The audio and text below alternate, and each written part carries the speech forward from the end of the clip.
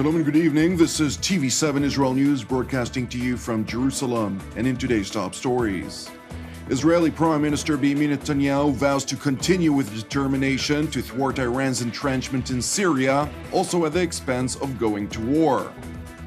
Israeli security officials believe that Iran has reached advanced stages of preparing a plan for revenge on Israel. Iranian President Hassan Rouhani declares Iran will respond to any move by U.S. President Donald Trump, vowing the United States will regret a decision to exit the nuclear accord.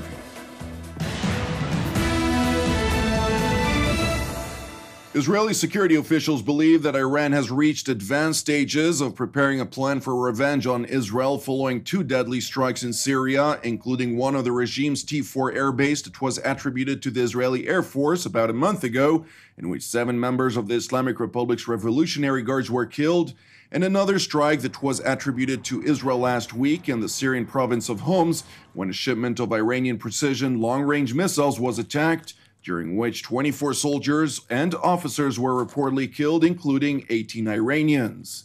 According to intelligence reports, Iran's elite Quds force is in advanced stages of preparing to carry out a revenge attack in which it plans to make use of its local forces from Tehran's Lebanese proxy Hezbollah and Shiite militias in Syria that will be ordered to fire surface-to-surface missiles at northern Israel in the next few days. That said, according to the Israeli assessment, Iran does not seek an all-out war with Israel, and so it is believed that the Iranian orchestrated attack will be a limited strike against Israeli military installations. It is further believed that Iran is having difficulty carrying out the plan, which requires complex knowledge in operating missile systems and transporting them undetected to optimal launching points, areas closely monitored by Israel. Meanwhile, in Jerusalem, Prime Minister Benjamin Netanyahu, during his weekly cabinet meeting, referred to the growing tension on Israel's northern border, warning Iran not to test Jerusalem's resolve. The Israeli leader reiterated that while Israel is not seeking an escalation with Iran, it will not be deterred to continue with determination to thwart the Islamic Republic's entrenchment in Israel's northern neighbor Syria. Netanyahu noted that following a scheduled trip to Nicosia to discuss Israel's energy cooperation with Greece and Cyprus, he will travel to Moscow to participate in a parade that marks the Soviet Victory Day over Nazi Germany.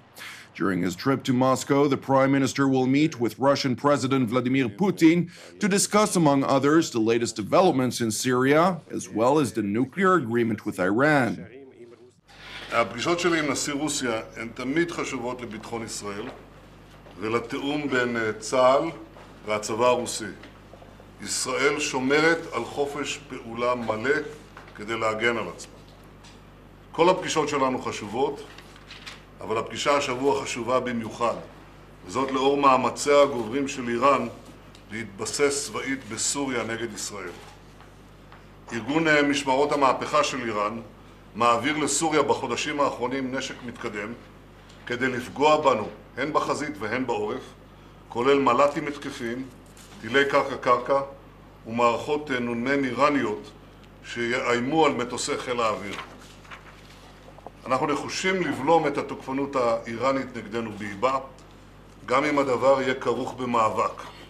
עדיף עכשיו מאשר אחר כך. אומות שלא היו מוכנות לפעול בזמן נגד תוקפנות רצחנית נגדן, שילמו אחר כך מחירים כבדים בהרבה. איננו רוצים בהסלמה, אבל אנחנו ערוכים לכל תרחיש. A senior Israeli official told TV7 that Netanyahu will try to convince Putin that the Iranian entrenchment in Syria also hurts Russia's interests. Netanyahu will present Israel's concerns regarding Iranian arms shipments of long-range missiles and air defense systems into Syria. Furthermore, the Israeli leader will also present to the Russian president the Iranian nuclear archive that was revealed by Israel last week. Israel will soon present the International Atomic Energy Agency, which is tasked with monitoring Iran's compliance to the nuclear agreement, the intelligence that was obtained by Israel's Mossad agency on Iran's suspected nuclear weapons program. After the speech in which Prime Minister Benjamin Netanyahu revealed Iran's nuclear archive, IAEA officials clarified that the UN nuclear watchdog did not have any information on an Iranian program for developing nuclear weapons since 2009. Last week, intelligence officials from Britain, France, and Germany visited Israel and were given a briefing on the main findings of the nuclear archives.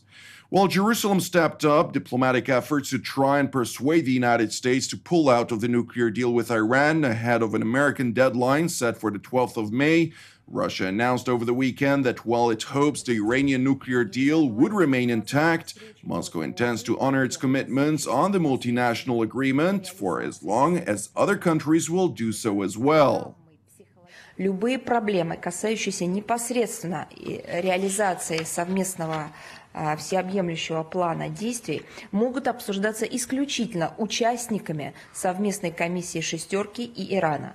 Все необходимые механизмы для этого в рамках плана предусмотрены. Россия продолжает выполнять свои обязательства по данному документу и будет придерживаться этой принципиальной линии, пока остальные участники действуют в полном соответствии с условиями договоренности и резолюции Совета Безопасности ООН 2231. Iranian sources have indicated to TV7 a growing concern in Tehran regarding Washington's imminent pullout of the deal, yet voiced optimism, hoping for a last-minute change of heart. Nevertheless, Iranian President Hassan Rouhani declared Iran's plan to respond to any move by President Donald Trump, vowing the United States would regret a decision to exit the accord.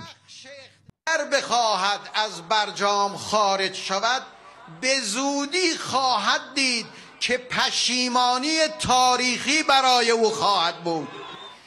به سازمان انرژی اتمی دستورات لازم ابلاغ شده. مسیر ما کاملا روشنه. بخش اقتصادی دستورات لازم رو اخذ کرده و گرفته. While no American response was directed at Rouhani's comments, U.S. Secretary of State Mike Pompeo stressed during remarks at the State Department's Foreign Affairs Day that he intends to push forward strong diplomatic efforts to prevent Iran's destabilizing behavior in Syria, in Yemen, and across the region. I traveled from there to the Middle East. We need strong diplomatic efforts there as well to prevent Iran's destabilizing behavior in Syria, in Yemen, and across the region. We have to tackle the threat from jihadist terror and from places with really weak governance. These are all great challenges. But I'm confident that our team can develop strategies and diplomatic footprints capable of resolving them. Now to the Gaza Strip, where 6 members of the Islamist Palestinian Hamas organization were killed and 3 others were injured in an explosion in the central part of the enclave, in what sources told TV7 was most likely a work accident. The Gaza source said that the 6 were members of the Islamist Hamas's military wing's engineering unit, while noting that they were defusing a device probably planted by Israel. Hamas's military wing issued a vague statement saying that the explosion took place in the course of an attempt to prevent a large and dangerous operation planned by the Zionist enemy. Meanwhile, in another related incident, 2 Palestinian Islamists who tried to infiltrate Israel from the Gaza Strip were shot and killed by Israeli forces. The IDF spokesperson's unit released a statement saying troops fired toward 3 suspects who attempted to infiltrate into Israel from the southern Gaza Strip and to damage security infrastructure in the area of the security fence. Palestinian health officials said the 2 men were killed by Israeli gunfire near the town of Khan Yunis in the southern Gaza Strip.